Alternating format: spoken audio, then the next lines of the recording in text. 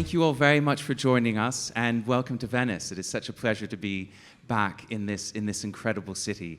A very warm welcome to you all, and a heartfelt thank you to our host, Inti Ligabue, president of the Fondazione Ligabue, and to our friends, partners at Deutsche Bank, with whom we are very happy and proud to be launching the first in a series of artist conversations here in Italy.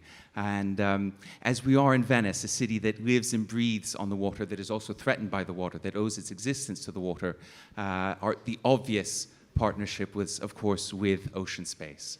So a big thank you to our friends at Ocean Space, and congratulations on your beautiful, beautiful exhibition. My name is Nathan Clements Gillespie. I'm the director of Frieze Masters, and thank you also to my amazing colleagues and friends at Frieze for making this evening possible. And now I would like to introduce you to our host, Inti. Thank you so much for having us. And I know everyone would like to hear a few words about your amazing work at the Fondazione. Thank you.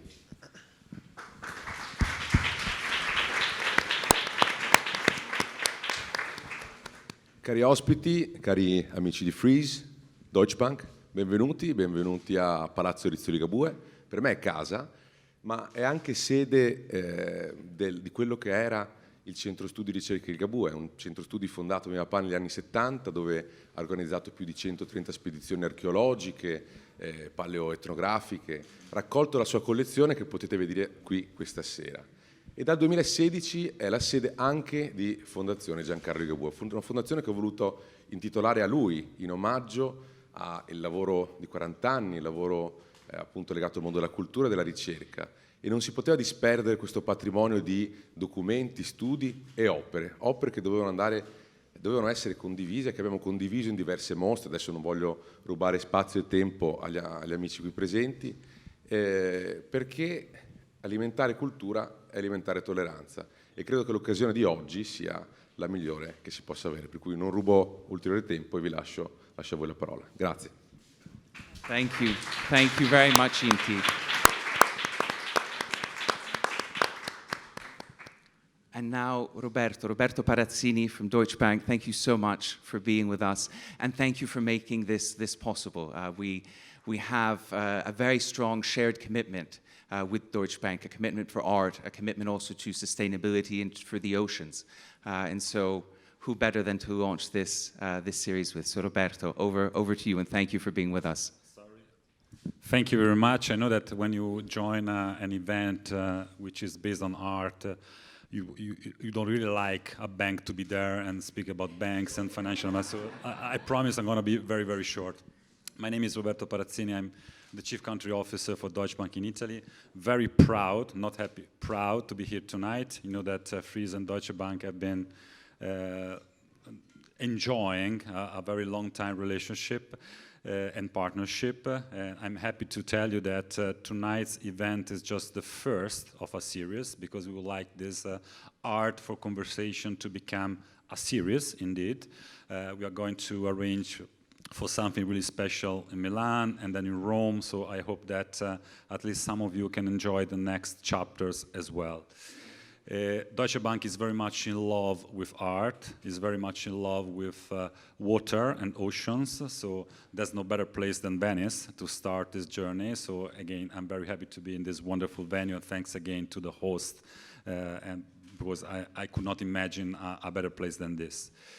Deutsche Bank has been very much engaging with ESG overall, but with oceans specifically, and among other things, we've been launching this global philanthropy fund, which is meant to invest on ocean conservation and coastal resilience, which is very close to our heart.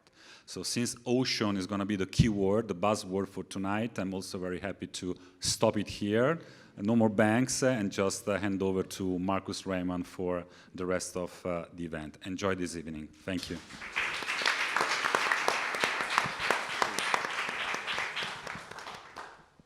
Thank you very much. Inti, thank you very much for having us. It's fabulous to be back in your home. And thank you very much for this introduction. Despite being a bank, it's okay. Obviously, with everything that's just been said, we are very happy to open this series of talks And in this mixture between art and ocean and sustainability, that's exactly somehow the niche in which we find ourselves. So it's really fortuitous somehow. Usually we'd never have this situation where we fit so perfectly in this nexus that has been opened between Frieze and Deutsche Bank. So we're very happy to be here and very happy to have this conversation with you and for you. My name is Marcus Ryman, as was said. I'm the director of TBA 21 Academy, and TBA 21 Academy is the organization that programs and runs Ocean Space here in Venice. I'm just going to give you a quick introduction into the organization, then hand it over to Chus Martinez and Diana Policarpo. Chus Martinez is the curator of both exhibitions at Ocean Space. Diana is one of the artists that are being shown. The other one is Dineo Seshee Bopape, who sadly can't join us tonight because she's not feeling well, and we don't want to even risk the possibility that this turns into a super spreader event of COVID. I hope this turns into a super spreader event of inspiration and joy, and we leave it there. So, TBA 21 Academy is part of Thyssen-Bornemisza Art Contemporary, which is a contemporary art foundation founded in 2002 by Francesca Thyssen-Bornemisza. And it was always meant to be a collection that is outward facing, always meant to be a collection that is to be seen by an audience and to be activated through certain programming. And when she started it in 2002, she started buying, like other collectors do, art fairs, galleries, auction houses, and so on. And she realized that this is not really the way that she wanted to engage with the art world, no? And so then together with her chief curator at the time, Daniela Ziemann, who is now the artistic director of TBA 21, she embarked on a journey of commissioning. She was commissioning and producing unique works that would create a unique collection. And after a while, they became more and more complex and more genre spanning, so that she brought together artists and architects and sound artists and scientists and legal experts and so on. And approaching the 10-year anniversary of the foundation, she challenged us to say, I want to start a project that is focused on the environment, and I want you to think about different ways of working. And as I understood that the foundation was really interested in change, in societal change, the causes and effects of change, the proposition was made, can we look and think from a system that is constantly changing? Can we think from and with change? Can we think from and with the ocean?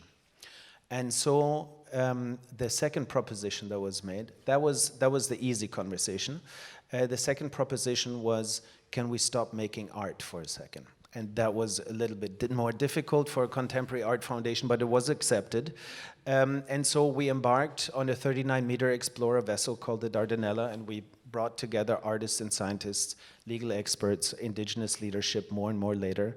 And we said no production involved, no pressure of producing anything here and delivering anything. We want you to engage with each other, with the places that you visit. We want you to immerse yourself in the ocean, and we want to explore together what is the ocean. And so for years we were looking around, at the processes of science, processes around conservation, processes around policy making. We started a joint PhD program with the Max Planck Institute. We initiated 3 conservation projects. One we are still running in Jamaica through a sister foundation, where we reconnect our work through an artist in residency program. And Dineo's work is mainly shot. When you come to Ocean Space and visit the work, you'll see that the content that she's created, or the work that she's done, is mainly shot in Jamaica at that conservation site. We became observers at the International Seabed Authority, which is the United Nations body that is tasked with the administration and distribution of the resources on the deep seabed. So currently you might be aware of a conversation around deep sea mining that is happening supposedly to create or generate the metals that we need for the green energy revolution. It's a good marketing scheme. It's an environmental disaster waiting to happen. Don't believe the hype. So deep sea mining we don't need. But then when you work with artists, right? Let them ask questions, then that's one thing, and they disrupt processes, and they really get scientists and conservationists to think. But to really unfold the full potential of this collaboration, you need to let them work. And so at some point we caved. We said, okay, now we start producing And when we started producing exhibitions and artworks, we needed to think about, can we find a home? And this home we found in Venice, at the former Chiesa di San Lorenzo, here between the Arsenale and San Marco, which is a fabulous space. It's the largest single volume in Venice, if you want to believe it. It's 26-meter high ceilings, 30-meter ceiling spans. It's a breathtaking space. Please come visit if you haven't seen it yet. And since 2019, we run this space as an exhibition space on the one hand, but on the other hand, we activate all of the exhibitions through public and educational programs, and we invite fellows to come and stay with us for 3 months at a time, young career professionals, to apply and to develop individual research projects, but then really come together and work on collective research projects. The idea and why to come to Venice is clear. On the one hand, Venice has been on this intersection of exchange forever, and it has this weird habit to reflect on itself and the world through the lens of art. That was one reason, but the other reason was obviously that until last year, at least last year, the summer of last year, Venice was also the iconic front line of climate change in Europe. And so for a project that really believes in the transformative power of art and culture in a community, in a neighborhood, in its environment, Venice became the place that we wanted to be. And so, as I said, since 2019, the space is open. We've been very, very lucky that for the past 2 years, Choose has been curating the exhibitions. And now we have this fabulous exhibition by Diana Policarpo, which is the result of a year-long intense work that resulted in an expedition to the Salvage Islands, and you'll tell us everything about that. And I leave it there. Thank you very much for coming. Thank you very much for having us. It's really a joy to be able to talk about art and ocean and not be like really, really displaced. So this is fantastic. Thank you for having me.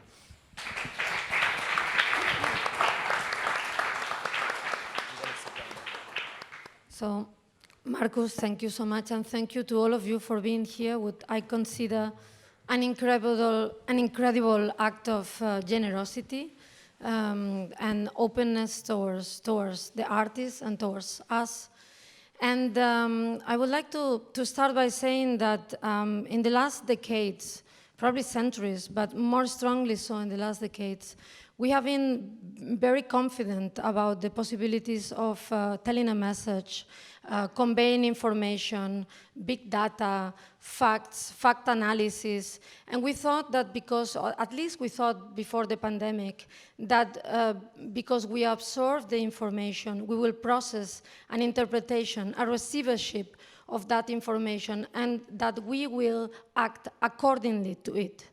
In a good way, I think, the pandemic has been counteracting that belief, and this counteract of that belief goes hand in hand with the history of poetry, in a way. And the history of poetry says that actually one of the missions that we have is that to disentangle the meaning of the words from the things that the words are attached to. So don't believe that when you say rock, it is a rock. Don't believe that when you say reality, it is reality. There is much more to it. There is something that is completely in between saying something and the something that actually appears and it's there in front of you. So we discovered it in a painful way because of the pandemic, that even if you say a problem and then you say solution, many people did not accept the solution.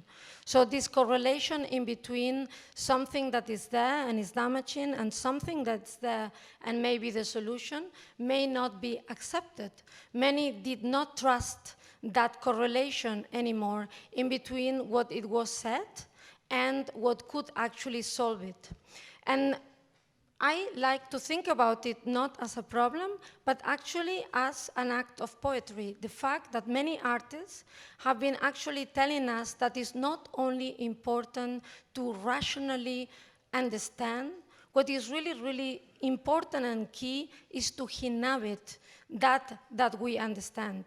The very moment that we inhabit, that we are able to have an experience from the inside of that thing that we understand, the pandemic, the crisis, the art, love, friendship, family, crisis, mental health, but this inside looking, this being inside, is something that actually language by itself cannot provide.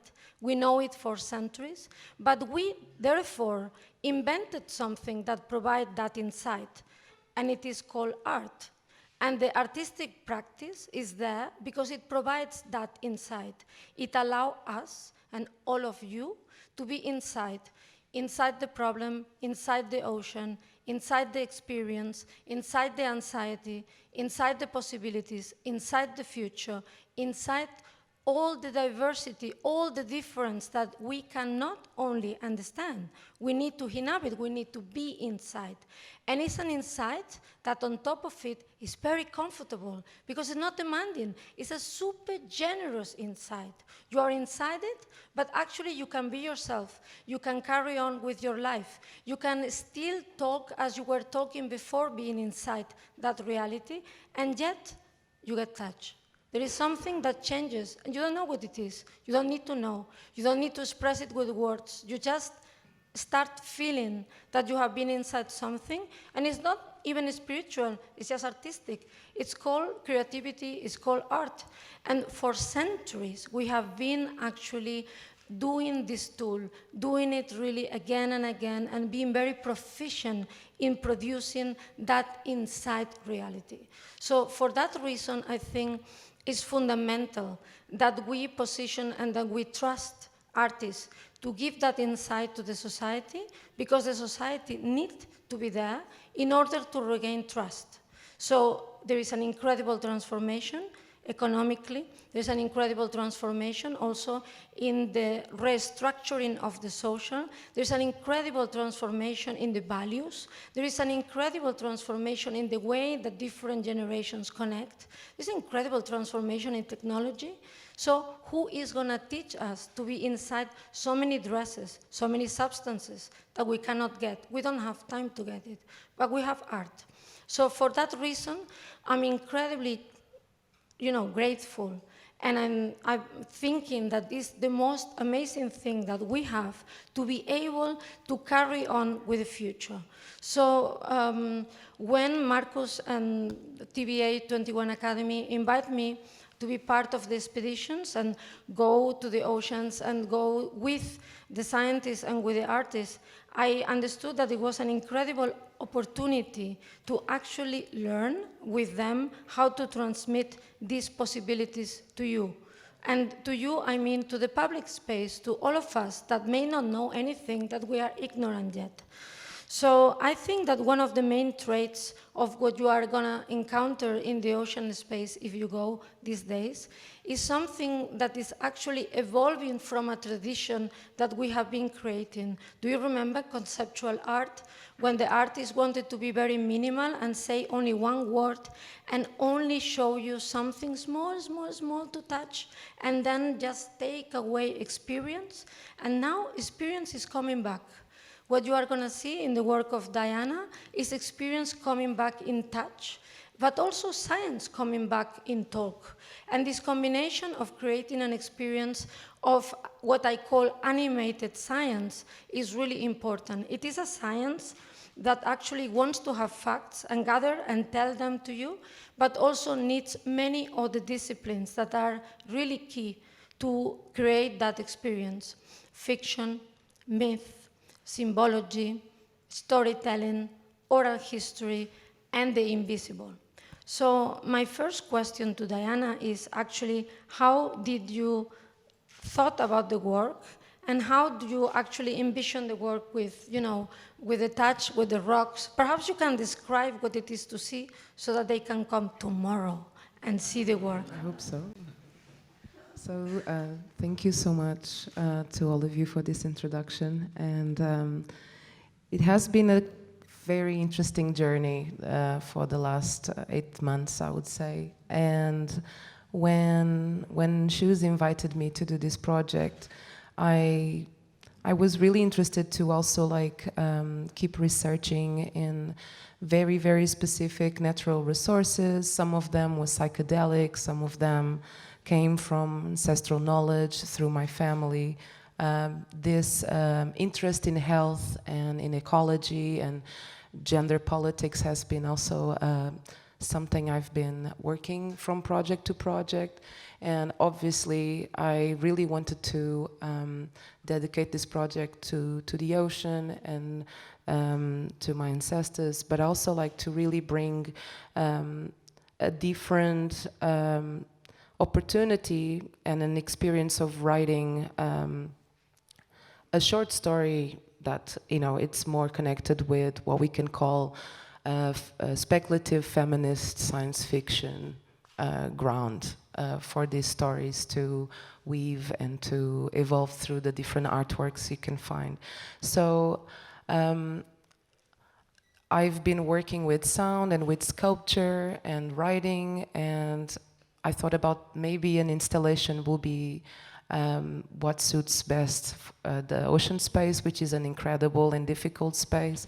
I fell in love with it. There's no point you can battle it. It's just something you have to work with it, and I'm still learning, and having a bit of distance to see how the work actually activates the space, and has been a lot of learning from this process. Diana, perhaps you can describe what they can see tomorrow in the space. Yeah, because exactly. They are coming. Yeah, I was getting there. So you can find, first of all, there is a soundscape, that is a sound piece that travels through the space in 10 different channels. It was a composition made in collaboration with a good friend of mine, Odette. And there is an imaginary landscape. This is the main element, and perhaps the biggest scale you can find also living in that space. And obviously, I want to try to give you an experience of a place that we are not allowed to visit, which is the case of the Salvage Islands, which is a sanctuarium and a natural reserve has been a reserve since the last 50 years. I come from Portugal. Nobody in Portugal knows this island. Nobody knows about this reserve, but it has been a very important place in the North Atlantic, and with a very, very unique ecosystem. So all the works you can see within this installation are embedded in this big rock. And this big rock also symbolizes the territory where I was filming, but also, as a space that you can also visit and spend time with it. But I think it's really interesting because, in the late 90s, after conceptualism actually came about, there was a big wave of what we call artistic research. So we did not only want art to produce objects, we want art for the first time probably in history to produce ideas and knowledges in order to understand our memories of the past and our possibilities of understanding the things around us. So you went to many museums, and instead of meeting an exhibition with objects, you met vitrines, you met documentation, you met many items that you would perhaps not consider strictly artistic.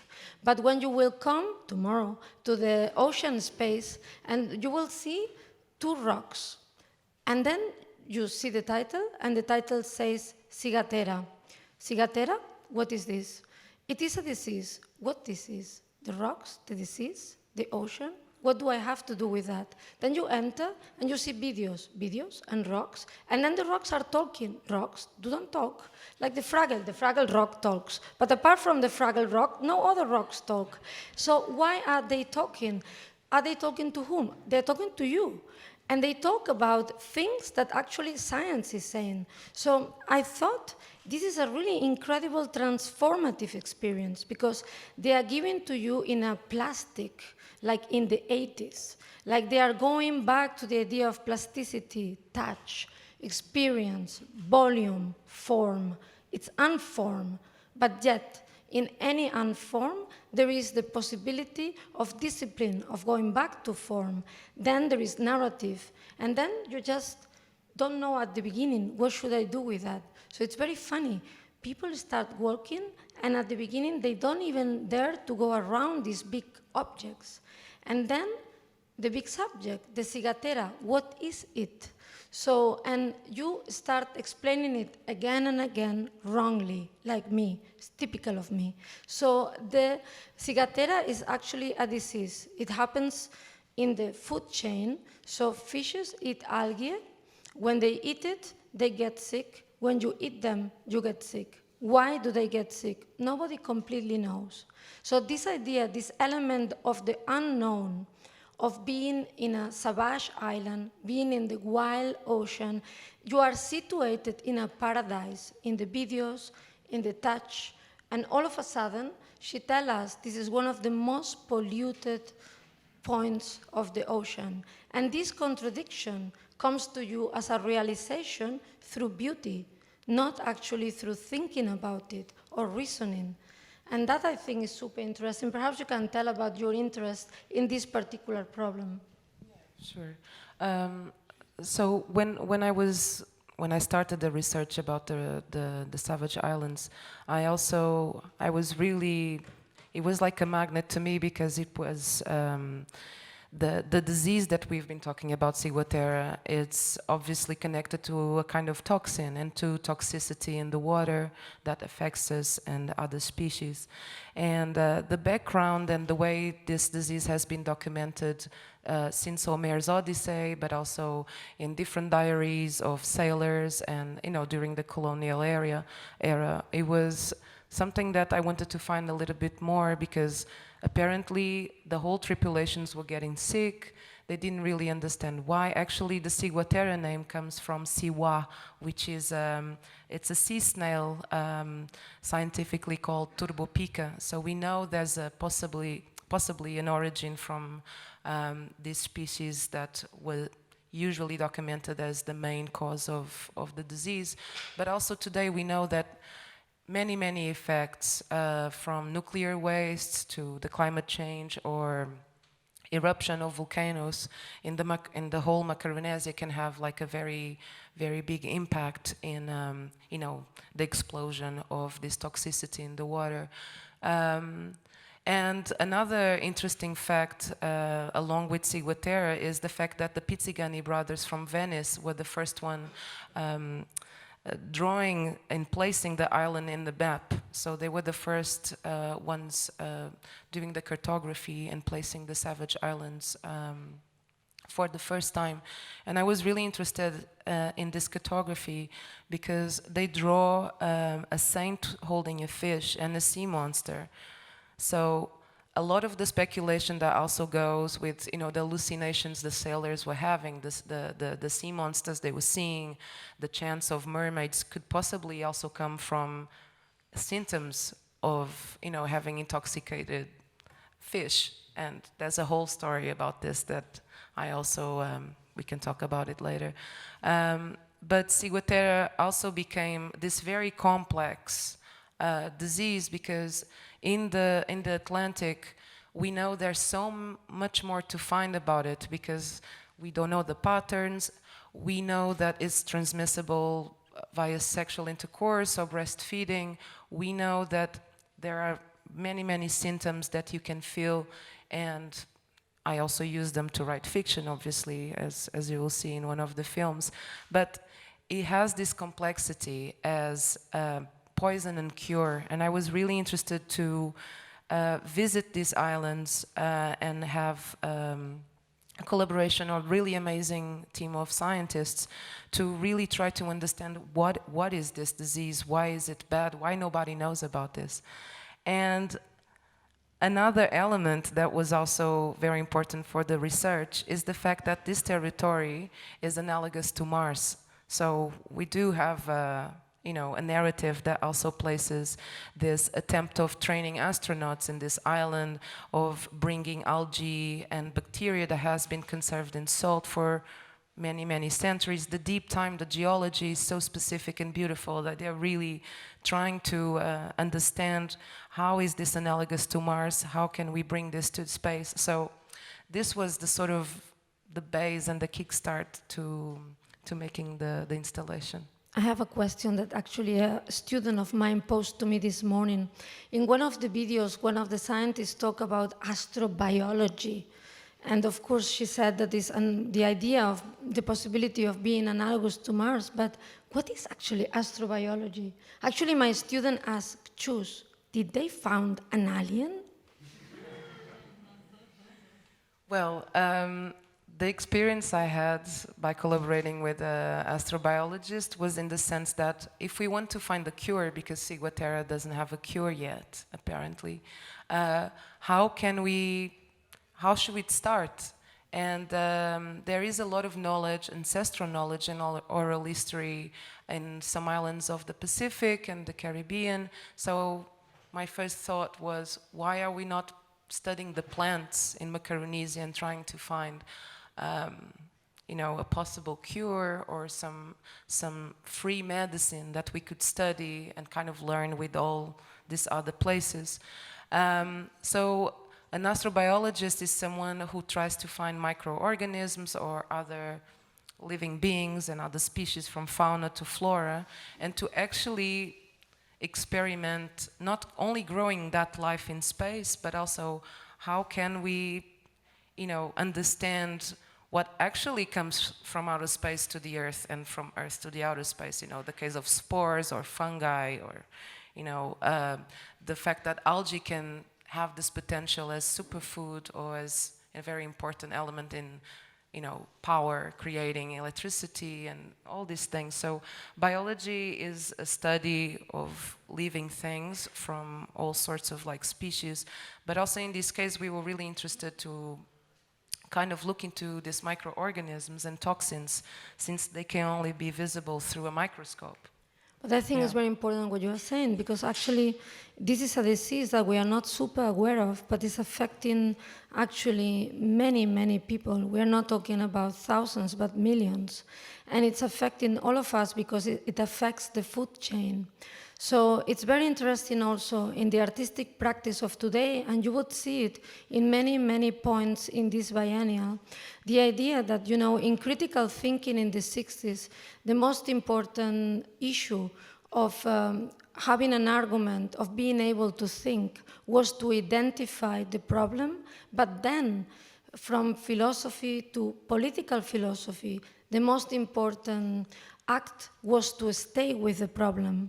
And I think that we move on in a super positive way in the last decades.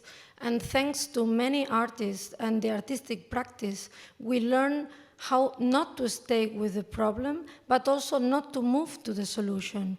It means actually to try to be a little bit more non-binary and try to find an experience that encompasses both the problem and the solution as part of a unity or as part of something that we need to reach, which is part of coexistence. So we need definitely to solve the problem, but when we humans think about solving the problem, we already are very aware that we are its cause, and we are actually talking and addressing our own guilt. And we need to go beyond this way of thinking. And that goes to my talk at the beginning. And I think that the only way of doing so is by actually having different experiences of this type of non-binary experiences where we can see both parts. So the cigatera of Diana Policarpo is also the possibility of not having cigatera and being able to coexist with the ocean in a way that it is both a source and a nourishment without us being just the exploiters or those that extract without consciousness. So thank you so much. I think that it has been really, really great being here. I don't know if, Diana, you want to add something as a final remark, but I can only end by saying, come tomorrow. Thank you.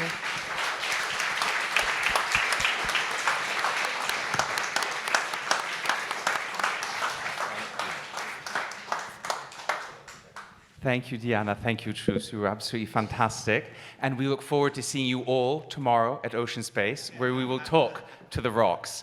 In the meantime, please join us downstairs for some Q&A with Diana and Truus. some more drink, some more of the delicious food from Inti's kitchens. Thank you very much, Inti. And then this will give the team time to turn everything around up here so that we can come back and enjoy something more substantial. Again, thank you all for joining, and thank you, Chus, Diana, and Marcus.